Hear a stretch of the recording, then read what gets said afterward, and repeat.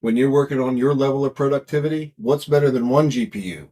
How about two GPUs? And let's see if you can leverage two GPUs in your system to maximize performance. Come check this out.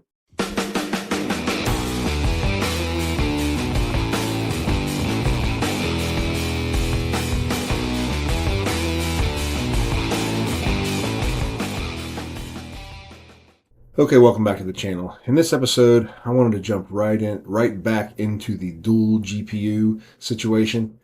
I really wanted this to work out the first time when I had the 25080s and really trying to get increased level of productivity within Davinci Resolve or rendering times and the Puget Bench software. I thought maybe there's got to be something I'm doing wrong. Or now that we have Davinci Resolve 20 Studio, that it's optimized for the 50 series now, and we're going to be able to magically get this level of performance that we all really want to have with these 50 series cards. So let's just see what happened, shall we? So again, the goal is don't waste your money. And it seems very weird to think that we're going to use two 50 series cards and not waste money. But if we just bear with me here, if you can get two lesser cards and to match or exceed the performance of a 5090, then effectively you could save money. Is that possible? Maybe the new Davinci Resolve Studio in version 20 can help us. The system that we used is the AMD test bench. And the reason this bench was put together was to have a good CPU, the 9900X, no slouch, good processing power there, and use the ASRock Tai Chi Lite. This was probably the best board I come across, was most affordable for the budget, and yet would still run in either an X116 PCI Express lane or two PCI Express lanes in dual X8. Most other boards that you're going to come across, once you switch out of a single channel PCI Express 16, that they'll switch down to X8, X4. And anything you got plugged into the X4 channel is obviously going to be even slower. You would want to try to maximize your performance. And it's the same board and system that we've all come to know and love if you're following along. If you're not following along, shame on you. Come on, get with the program. We've got some good stuff on this channel. So the DDR5 memory is 32 gigs, 6,000 megahertz. And the graphics cards we use are focusing in on the dual setups. What about going back to the dual 5080s? Now, I also realize that two 5080s is about what we're going to pay for a 5090. So can we do better than that? Let's try two 5070 Ti's. How about just for fun, let's put a 5090 in there and add a 5070 Ti, and do we have super performance, or what do we get with that? And then because of a previous content creator said that they got wonderful rendering times with their 3090 and 3080, I put my 3090 and 3080 to the test and see what we come up with. And we have a Corsair RM1000, but we also had another 850 watt power supply to pair with this. And we'll talk about how we set these up. And it is a 9900X with an Optimus Signature V3, custom water-cooled system, very simple loop. And the cards, unless they had that water block installed previously, like you're following along, I have a 3080, a 3090, and a 5070 Ti, all that have water blocks. The rest of the cards, air-cooled. And when we're looking at the PCI lanes, I reviewed this previously, but I'm just trying to keep everybody up to speed here, is that if you are going to use PCI Express 5, and if you can see my mouse there, hopefully, the transfer rate per lane, 32 gig transfers. If you're at 16, that's 63 gigabyte per second. If you cut it to X8 and do dual X8, the X8 PCI Express 5 is 31.5 gigabytes per second. Now you think, well, my goodness, you just cut that in half. But think about it for a second. PCI Express 4 at X16 lane, which was your 4090, is running at 31.5 gigabytes per second.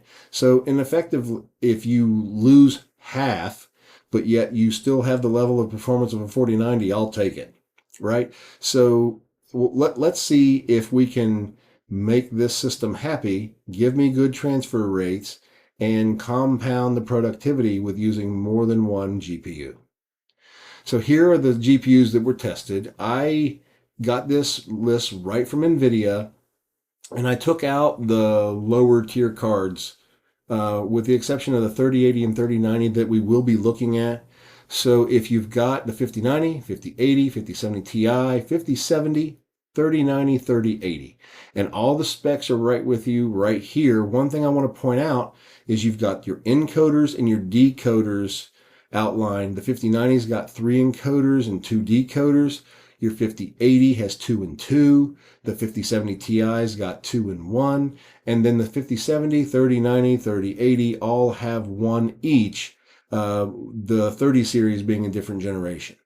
So, and we also know that we have the resident number of gigabytes of memory. So all of that's here. I don't want to belabor this slide. But here's the testing that was performed. We have some synthetic benchmarks. I didn't do too many because I think we already know what's going to happen when we plug these dual GPUs in with synthetic benchmarks that aren't really encoded to take advantage of two GPUs. And then we have productivity benchmarks. And the one that I'm really been leaning on, which is an excellent benchmark, is the Puget benchmark. And we're going to focus on the standard score, but I did report the basic score. Now the difference in there, the basic score is your free version. If you just download the free version, and here's what you get. But the standard score is supposed to be optimized and allow multiple GPUs. And if you're going to be doing this, buy the paid version. I'm not getting reimbursed to say that, but you should, it's not expensive and you own it. And then you can get the standard benefit scores by using this software. And then we're going to be using, as the backbone of our rendering, Davinci Resolve Studio version 20.0. 20.0.1 was recently released. That was not used in here. I'm trying to be consistent. It's 20.0. And we're going to use 4K projects. There's a rendering time that we're going to be looking at. It's for 4K. When you have a dual setup, obviously, we have to use 2 GPUs. But we have to think about our power management, our data transfer, and how we're going to get that, and then how we're going to cool these cards. So there are 2 GPUs, and if it's a 50 series card, we're going to need to use 2 power supplies. And I've got either 2 1,000 watt power supplies or 1,000 watt in the test bench, and using an 850 for the 5080. Any combination of there. The second GPU got an 850 watt power supply or better.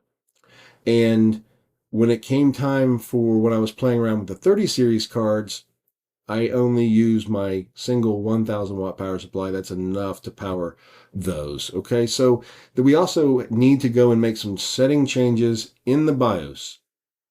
And the ASRock Tai Chi Lite BIOS, we'll talk about the procedure here. It's a very simple process to enable the switch. I went from PCI Express 16 and then changed it to PCI Express X8X8. Okay, so now that you're in the BIOS here of the ASRock Tai Chi Lite, it's BIOS version 3.20, I think I have to update here. Running the 9900X. Sure, not lying to you, this is what we're running. So in order to change the lanes, you would just have to go to Advanced, AMD PBS, Common Platform, the PCI Express graphics lane configuration.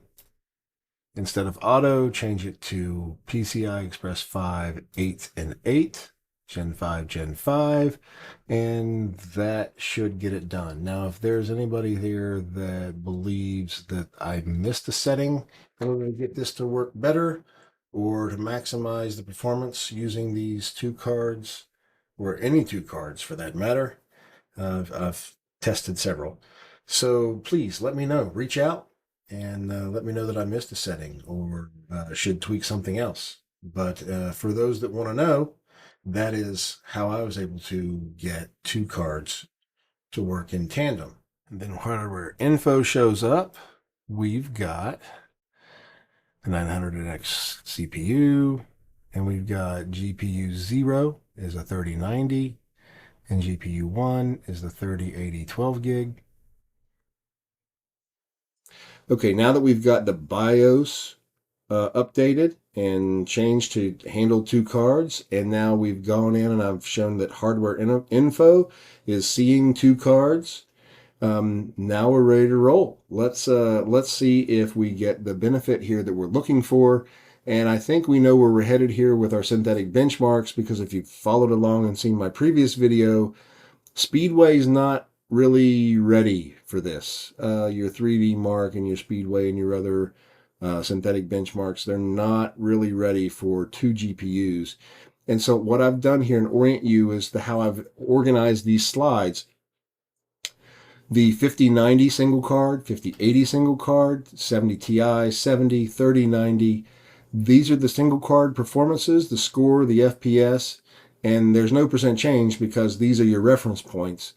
And then when I put two 5080s together and gave you an idea of which versions of the cards that they were, here were my scores and here was my FPS, and then I compared it to the single 5080 score and what was the resultant change. In this particular situation, the 5080 dual 5080s were almost 3% slower. And the reason this is red is because this was my very first run and foray into dual GPUs, but that was when I had Davinci Resolve 19 Studio, and I tossed that in there just for good measure because I had the data. You can compare it if you like. If you notice the last video, I tried to compare 19 versus 20, and you did see an uplift in performance by moving to a 20 series card in Davinci Resolve Studio 20. And here we also see a difference in the scores. And then how about the 5070 Ti? 2 of those. I didn't attempt these with 3D Mark Speedway. I just didn't want to prepare myself for the continued disappointment. So let's get in, let's move on, shall we, and look at some of the other benchmarks that we've got lined up, because we need something besides disappointment, right? Okay, how about VRay? Let's get some excitement here going.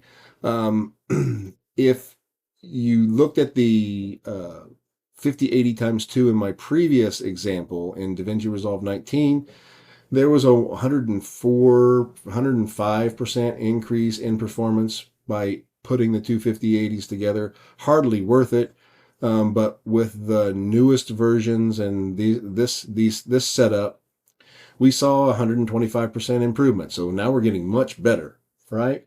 Getting much better. But again, this is a very specific 3D rendering benchmark.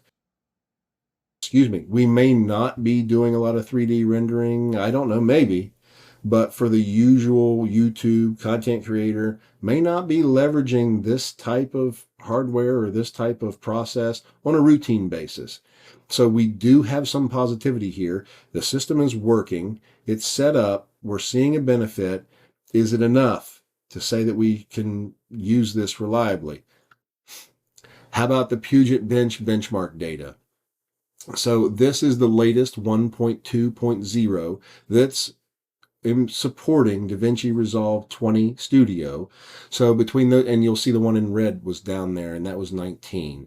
19 was using Puget Bench 1.1.1, I think, was what the benchmark version was that was supporting Davinci Resolve 19 Studio.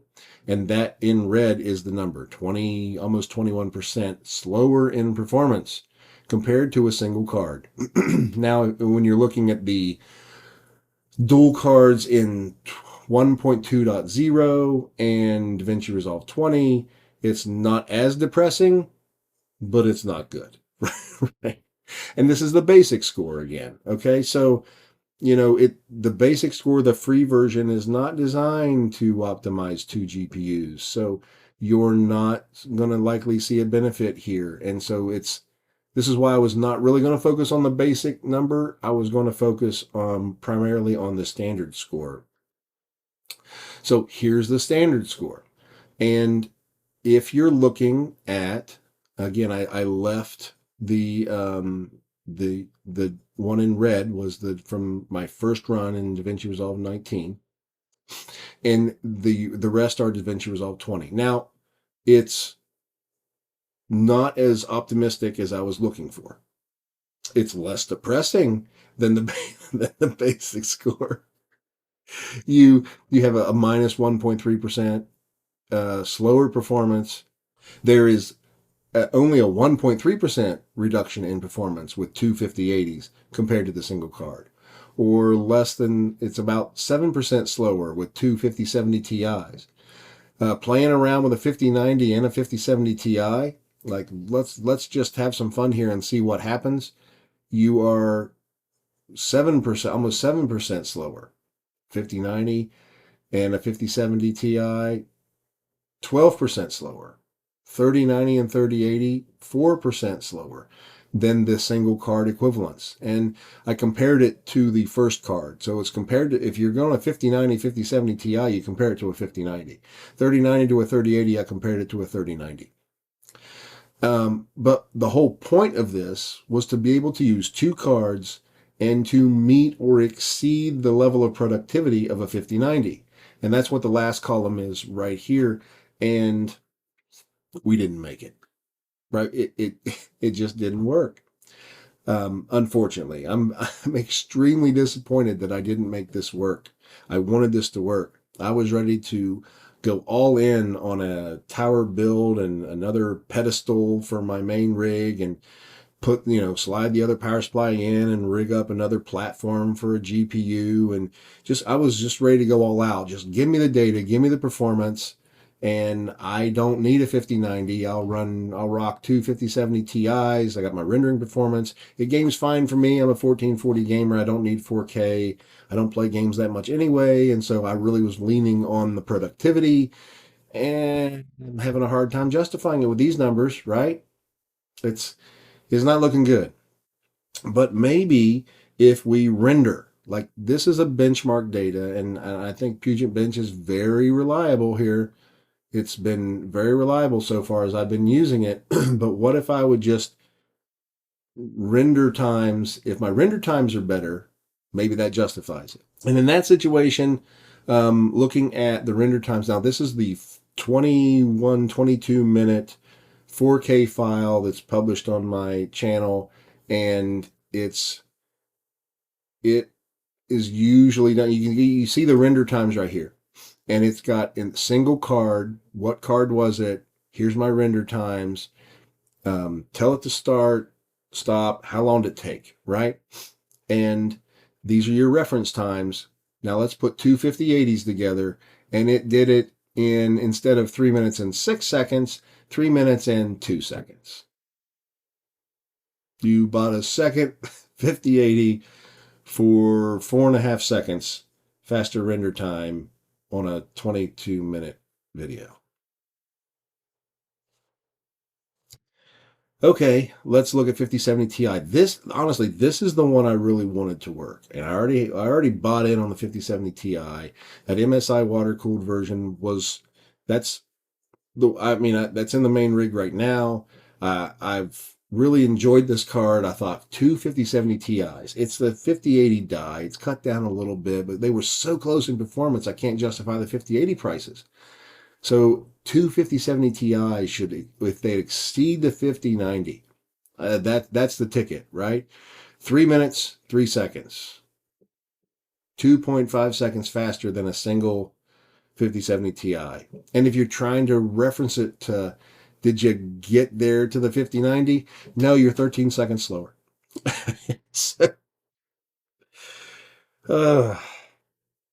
it's not working out, and I'm very disappointed in this data. I have to give this information to you because I don't want you guys wasting the amount of time and energy and money that I've put into trying to develop some huge hybrid rig. Like, one's great for gaming and great for rendering. It's just an all-around perfect setup, right? That's kind of what I was going for, your best bang for your buck in an enthusiast type of build. But when you stick a 5090 in there and then piggyback a 5070 Ti, it's 9 seconds slower than the 5090 alone. Very interesting. Like, when I saw this reduction in performance the first time around, I was like, I don't understand why. Like I've got two cards that can put their foot down and hammer through this data. Well, I'm researching and researching, and it's it's just not optimized. It can't leverage the cards. It shares the memory. Well, that's great. If it's sharing the memory, isn't that good?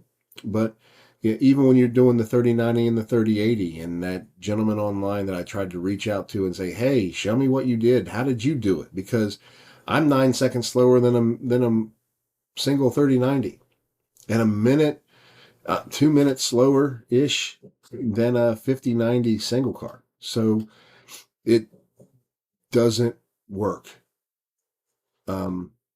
Why? That's what's really bugging me. Why doesn't this work? And other content creators have seemed to make it work previously. If you see anything that you don't agree with my settings, then great. Reach out. Let me know, because I'm all for this here. Let me fix it, and I will repost the data to the world. But as it seems right now, this isn't a good plan. And I'm unable to replicate the results that other people are seemingly getting. I observed a live stream from another content creator, and the gentleman in the chat saying, I'm getting killer times and rendering speeds with two 5070 Ti's. And I'm like, I'm all in. That's awesome. It must be because it's Davinci Resolve 20 Studio. And I got it now, and we've got updated drivers, and we're on the up and up, and let's rock and roll. And it doesn't work. If I've botched it somewhere, please let me know where I botched it. I'll admit I'm wrong, and I'll do this again, right? But maybe the issue is not being able to really leverage the encoders and decoders. Maybe that's where it is, because I've done a lot more digging this time, because it bugged me that I couldn't figure this out. So when I'm digging back in, okay, time to check out the 5070 Ti's. See if I can get them to work in tandem. This AMD Tai Chi Lite. Split the X16 lanes to two X8s. And let's see if we can make some sense out of this.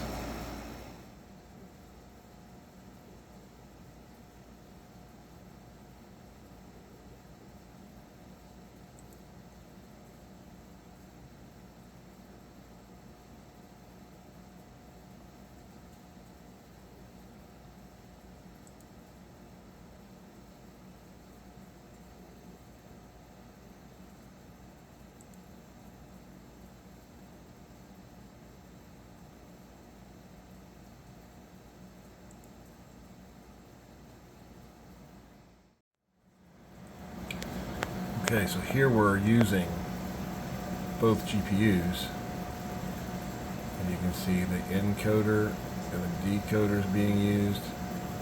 That's GPU 0 integrated, and the second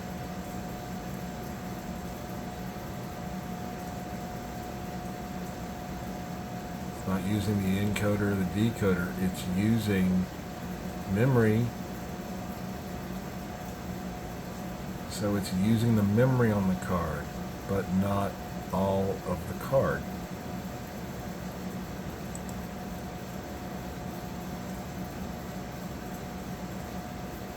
That's why we're not getting rip-roaring results.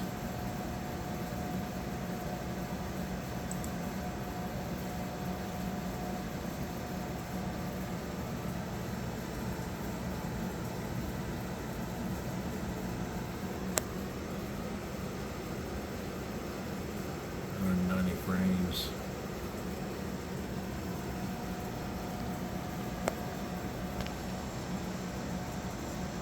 Right. So when I was really digging and looking for this answer, I wanted to get a better idea of why it doesn't work. Not that it doesn't. I don't know. Just don't do it. That's not good enough. I got some research background in me. I really wanted to figure this out, and this is as best I can come up with as to maybe why the optimization is not there.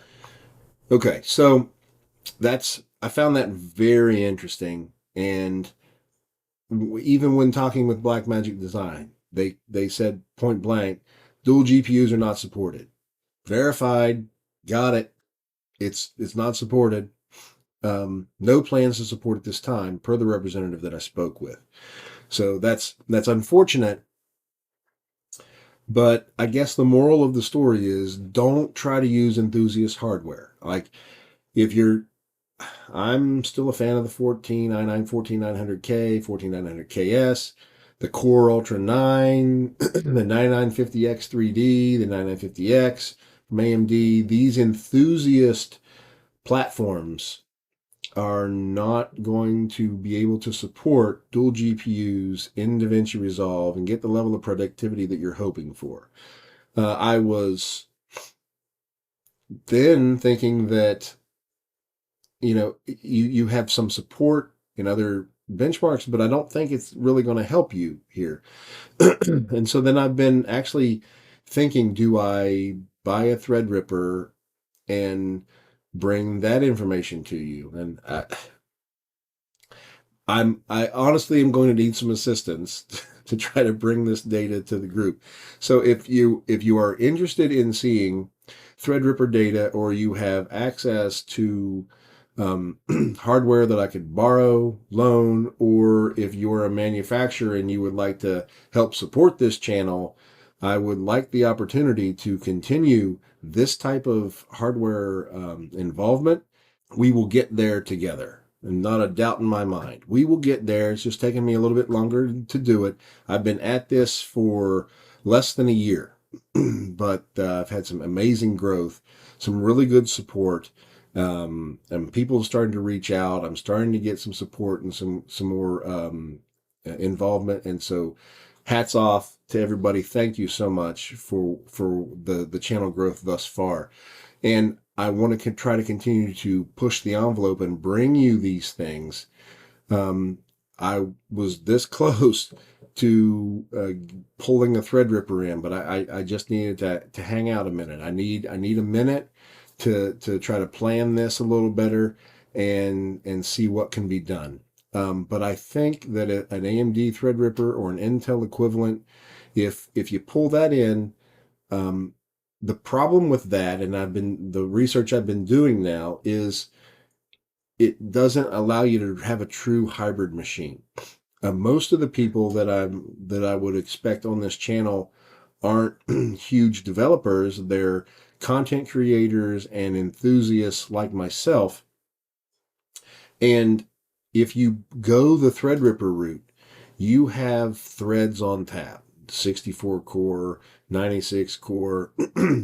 You've got all these channels. But the downside to this is, and it's well documented, is that your 14900K or your Core Ultra 9 or your AMD Ryzen CPU, 7 or 9, they have higher single core boost than the Threadripper. And so your single core tasks and gaming and day-to-day productivity is actually faster on these enthusiast CPUs than on a Threadripper CPU. But if you put it a really heavy task-laden, need the lanes, need the hardware to crank through a process, the Threadripper is just going to blow that task right out of the water. But you have to decide what you're going to use your system for. And that's no longer going to be I'm going to build the best hybrid gaming productivity rig. It doesn't look like Threadripper is going to be the solution. Now, I could be wrong here. Reach back out to me. Let me know that I need to look at a particular one or a particular situation. I'm all for learning. And if I need to correct some data, I'm happy to correct some data. It's going to be tough to make this perfect hybrid setup when I'm trying to use multiple GPUs, right? And so I think what you're really looking at here is stick with the largest, most robust GPU that you can get with your enthusiast CPU and your 64 gig of memory for productivity. 32 is still fine for gameplay, and we're still evaluating other situations. and other hardware. That's coming, but for now, if you're trying to game and be productive, you can do it very efficiently, but you're going to have to lean on a one high horsepower GPU with your enthusiast CPU. So with that, there's more to come. Stay safe. God bless.